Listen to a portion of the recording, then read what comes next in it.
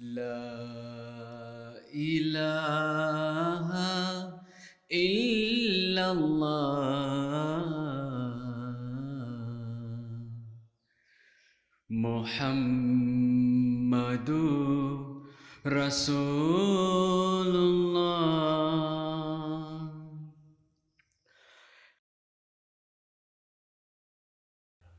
Dearest viewers, Assalamu alaikum wa rahmatullahi wa barakatuh.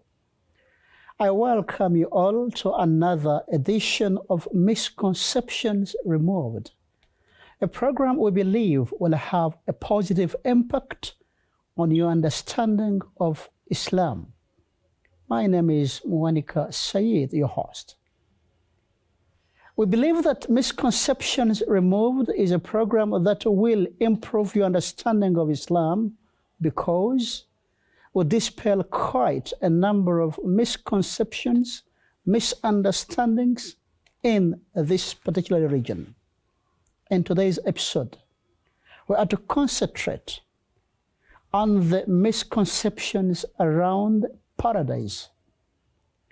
My guest today is Sheikh Rashid Naveed Ahmed, who is a missionary Ahmadiyya Muslim Association, Uganda. It is a pleasure to have you on Misconception Removed. Exactly. Well, Sheikh Rashid Naveed, as I have clearly informed our viewers, that we are to look at the misconceptions around paradise. We know that in our nature as humans, we learn in two ways. When we have excessive fear for something, or when we have great love towards something, that is how we learn. This principle applies even on the side of religion. Often we are told in the Holy Scriptures that if one is committed to doing good deeds, the reward will be paradise. But when it comes to paradise, there are quite a number of things that are said. Others say paradise is an area full of fruits, full of rivers, everything good. Others say, no, it is not the case. That is simply a myth. Those are stories of the old people. The questions come to you. From the Islamic point of view, how should one best understand paradise?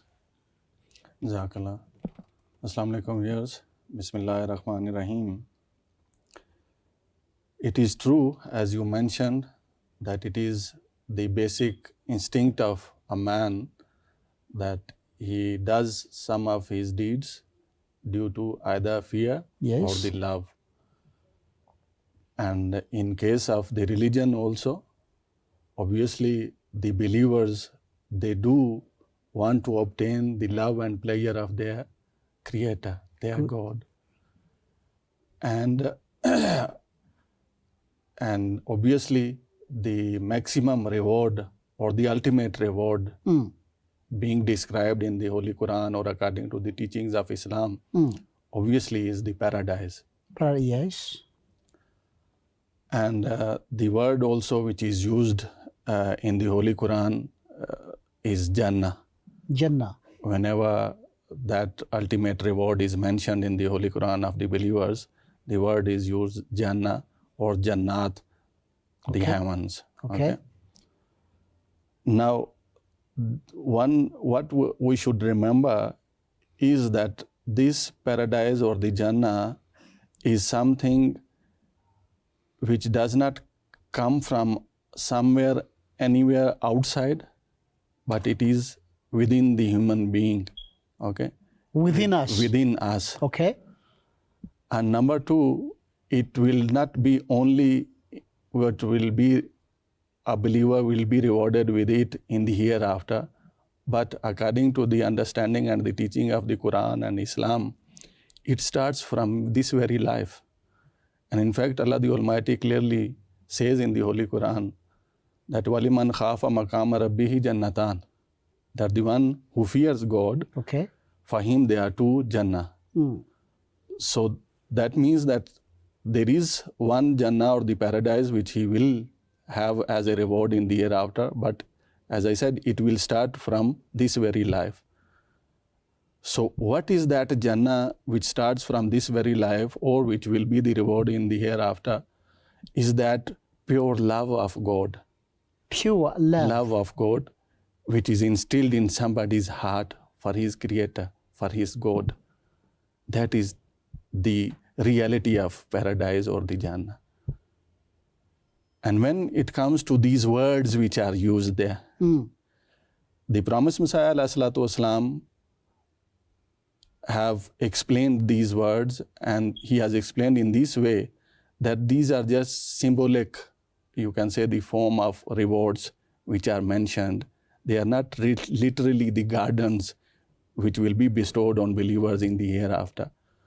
In fact, Huzur says that this is the reflection of the faith and the good deeds or the good actions of this very life. That will be in the hereafter. Which will be reflected as the rewards in the hereafter. Okay. For example, he has explained it in this way, that gardens are like, if you take it physically, the gardens of this world, which are nourished with the water. Okay.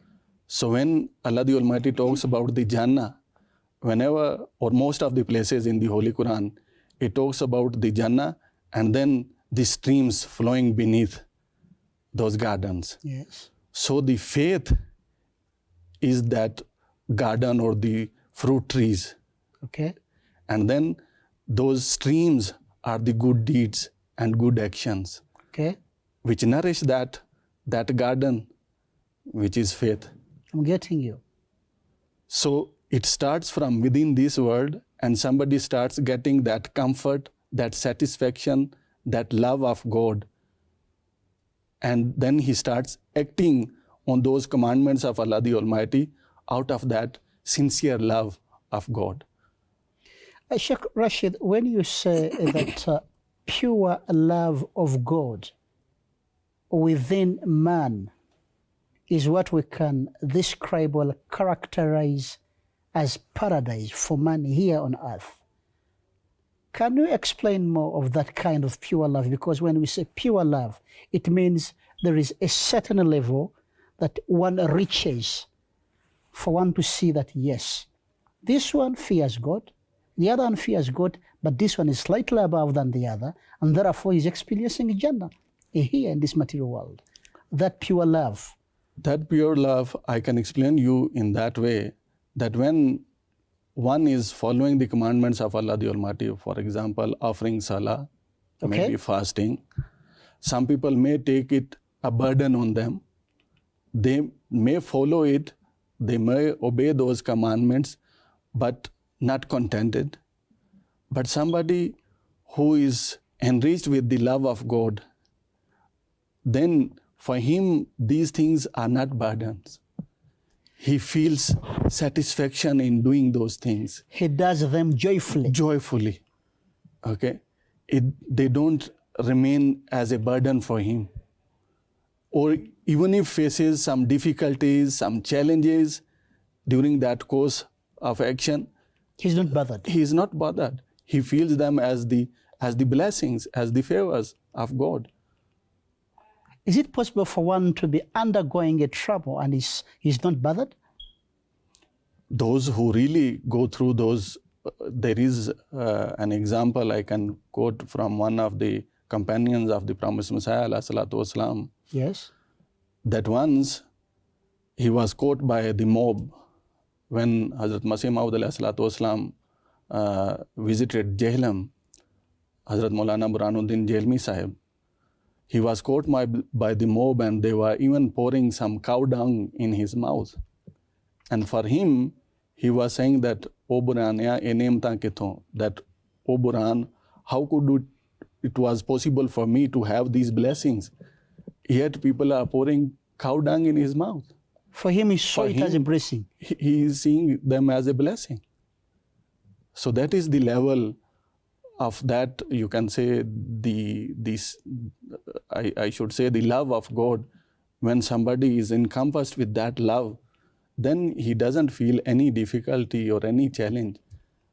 Even the Holy Prophet Nabi Muhammad sallallahu alaihi wasallam passed through very difficult times before migration. After migration, he lost very close relatives, his companions, but he stood firm. He never doubted about his mission. He never doubted about his success. Okay. Because of that love and that understanding of God which he had. All right, thank you very much for that wonderful elaboration. Dearest viewers, if you have just joined in, the program you're watching is Misconceptions Removed. We concentrate, we deliberate upon a number of misconceptions in Islam. We tackle these issues with a lot of focus and particularity and dispel them to give you the right version of what should be taken. Today, we are looking at the misconceptions around paradise. Sheikh Naveed Ahmed Rashid is my guest today. For any questions, thought, or observations, our email address is africa@mta.tv. Sheikh Rashid Naveed Ahmed.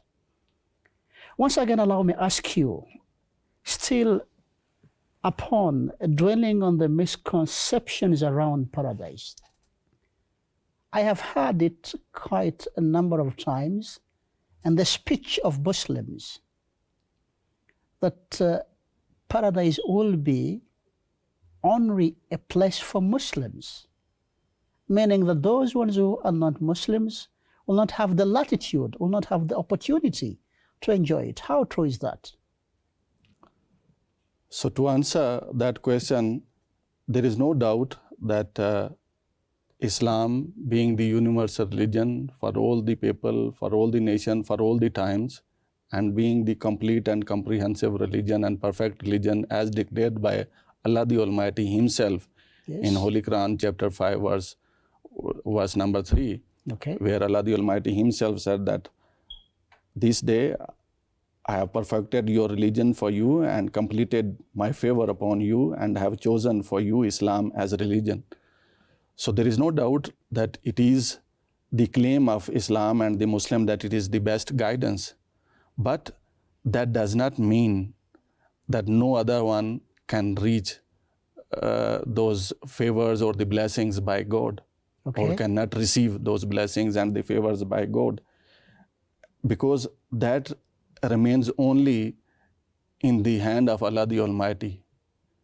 It is not we to decide who to enter the paradise and who not to enter. It remains in the hands of God. Then not only just that, although according to the Holy Quran, many places Allah the Almighty says that those who are the believers and do good deeds, they are the dwellers of the Jannah. But at the same time, we also find another verse of the Holy Quran from chapter 2, verse 63, where Allah the Almighty has clearly said, surely the believers and the Jews and the Christians and the Sabians, whichever party from among these truly believes in Allah and the last day and does good deeds, shall have their reward with their Lord, and no fear shall come upon them, nor shall they grieve. So, although a person who knows about Islam and then rejects it after knowing and receiving all the truth and knowing the truth of Islam, he may be held responsible by God, but still we can't decide whether he will enter the Jannah or he will not enter the Jannah. It remains in the hands of God, who will decide who to enter and whom not to allow to enter the Jannah. And for that, I would even give you one of the example where the Holy Prophet sallallahu alaihi wasallam told Hazrat Fatima, the daughter, his daughter, Hazrat Fatima raziyallahu ta'ala anha, that don't think that because you are my daughter or maybe you are righteous, you will enter the Jannah. it will be only through the mercy of God that He will allow you to enter, or His favor that you will enter the Jannah. There is something interesting there. It is not a guarantee that your good deeds is a direct password or gateway or gate pass for you to enter paradise. It is not enough. It is Allah's favor, Allah's fazal, which will make somebody to enter the Jannah. Yes, all these things also will be counted, whether you did something for the sake of Allah and you are the doer of good, that also will be countable. But still, the final decision is Allah's decision, basing on His mercy and His favor. All right, Sheikh Rashid Navid, when going forward still on the subject of misconceptions on paradise, the question that is I think is pertinent here is, if Jannah or paradise is not physical, why then did the Holy Quran, or Allah the Almighty, used such words, fruits of grapes, streams of honey, rivers of milk? What was the objective? So first of all, I would still emphasize about those blessings or the favors which are mentioned, that they are not physical. True. And they are not, in fact, the Holy Quran and the Hadith of the Holy Prophet ﷺ talk about it, and it is mentioned that they are not even those things which we have seen them. For example, if I may quote one of the verse of the Holy Quran from chapter 32, verse 18, it says, "And no soul knows what joy of the eyes is kept hidden for them as a reward for their good works." That means no one has seen, because it is hidden from their eyes. And then the Holy Prophet ﷺ is reported to have said that no eye have seen them, nor has any ear heard of them, nor can the mind of man conceive of them. That is mentioned in Bukhari, one of the authentic books. So after mentioning this, obviously again I come back to the other question, that if these are not these physical favors which are mentioned, then why these examples are given? Exactly. You know, the human understanding is such that he understands the things when they are explained according to his comprehension. True. Or his understanding. True. Okay. So because in this world, these are the things we know as luxurious. Okay. True. For having the plenty of fruits or the plenty of anything, okay, or having these rivers and flowing for somebody on somebody's, you can say, wish or will for him only, okay.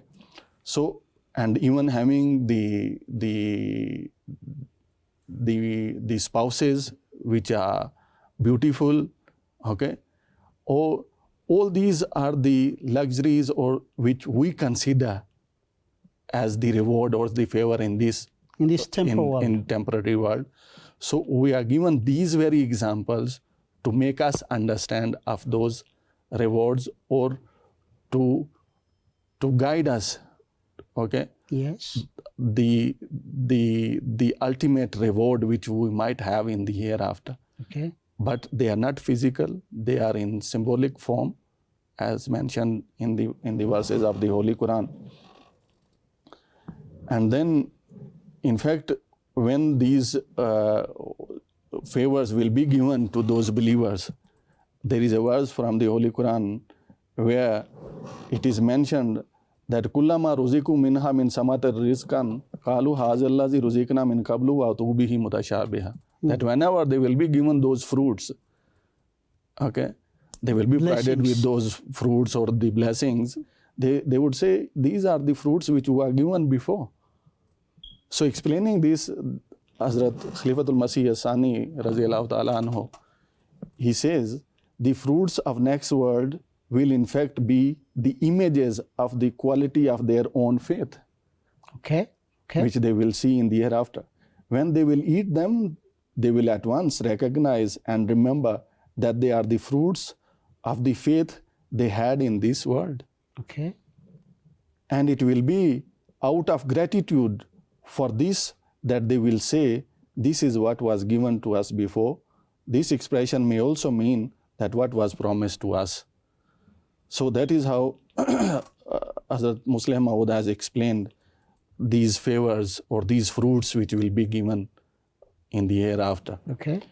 Then when you talk about the other things, the milk, the wine, the honey, the rivers of all these things, again there is a verse of the Holy Quran which talks about those favors or fruits, and then Hazrat Muslim Maud has explained what is meant by those fruits. So for that, if we read chapter 47 verse 16, yes, where Allah the Almighty says, Masalul jannatillati waidal muttaqun fiha anharum min ma'in ghayra asin wa anharum min labanin lam yataghayyar ta'muhu wa anharum min khamrin lazzatil lisharibin wa anharum min asalin musaffa wa lahum fiha min kulli samarat wa maghfiratum min rabbihim.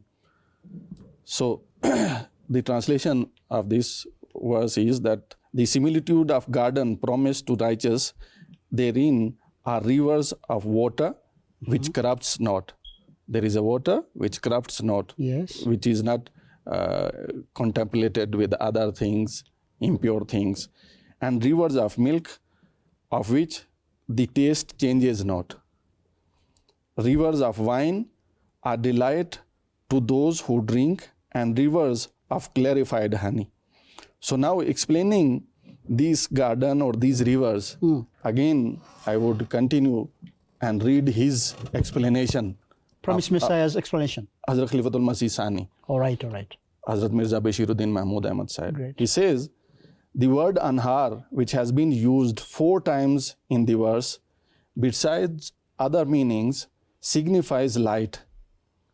And asal, honey, among other things, means a good or righteous deed, which wins for the doer the love and esteem of men. You know, even sometimes someone who is very good, we call him, he is very sweet. Okay. So this is what it refers to.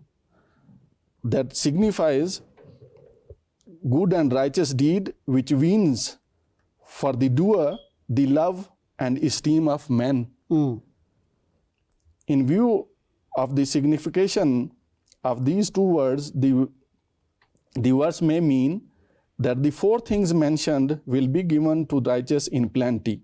Water, which is the source of life. Okay. Milk, which besides giving health and vigor to the body, stands for spiritual knowledge. Okay. Wine, which gives pleasant sensations and forgetfulness of worries, and honey, being the means of curing many a disease, represents good and righteous deeds which make the believers beloved of men. Okay. So Huzur says that taken symbolically and in a spiritual sense, it would mean that believers will have a full life, they will be endowed with spiritual knowledge, will drink the wine of God's love, Okay. and will do deeds that will win for them love and esteem of man. So this is how Hazrat Khalid Masih Sani has explained these fruits and these rivers. It is not real wine that people think. It is not real wine, because even in the Holy Quran, when Allah the Almighty talks about the wine, it says that sharaban tahura,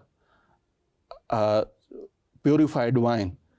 And yet, if it is this wine which people take in this world, it intoxicates and makes somebody forgetful. But here, Huzur says that it is not who will make you forgetful of your responsibilities, but it will be that you will be filled with the love of God, and then you will be forgetful of all other desires and evil things or any other thing which can impure your actions.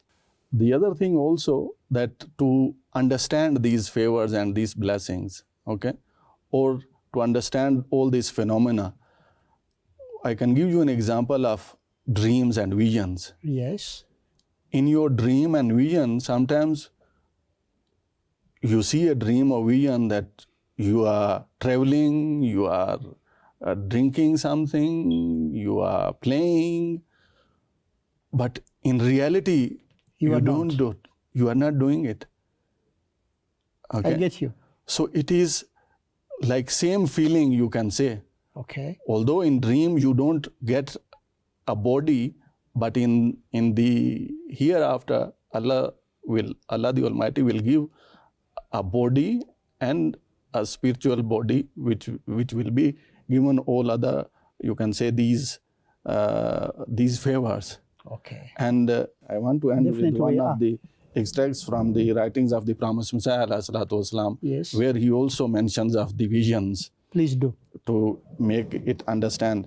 He says, to those who possess insight, this mystery of understanding of these blessings and the favors of the Jannah or the paradise, this mystery is revealed in visions, Okay. and the wise people arrive at its reality through other signs, as I have explained to you. Yes. The personification of spiritual matters in physical forms has been mentioned in the Holy Quran at several places, Yes. as for instance, that the glorification of God will be personified like fruit-bearing trees. Okay. Personification of God will be personified like fruit-bearing trees, and good actions will appear as pure and clear streams, All right.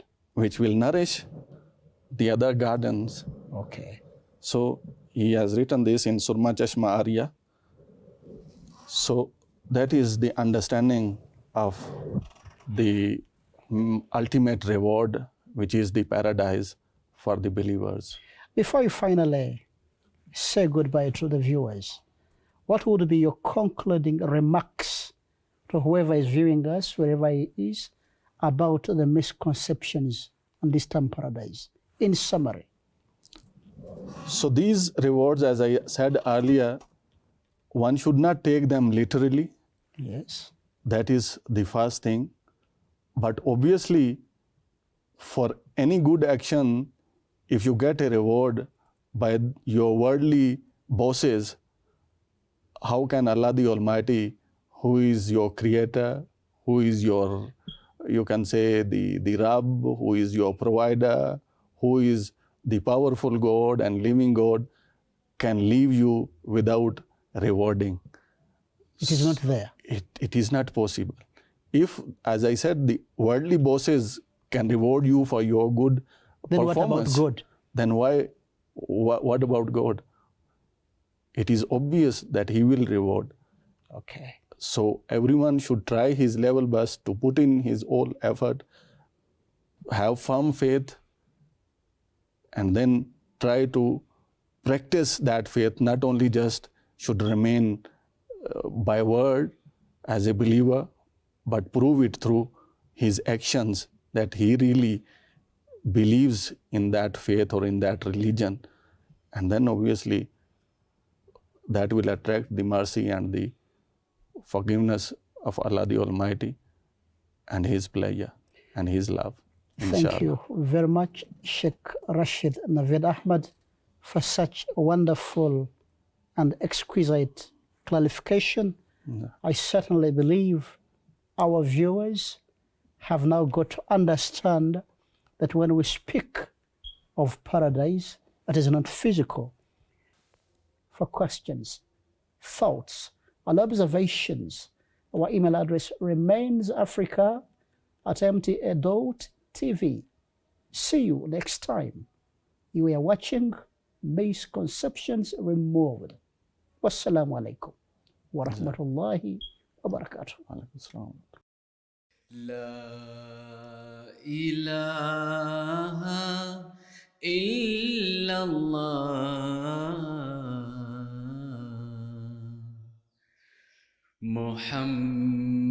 Muhammadur Rasulullah.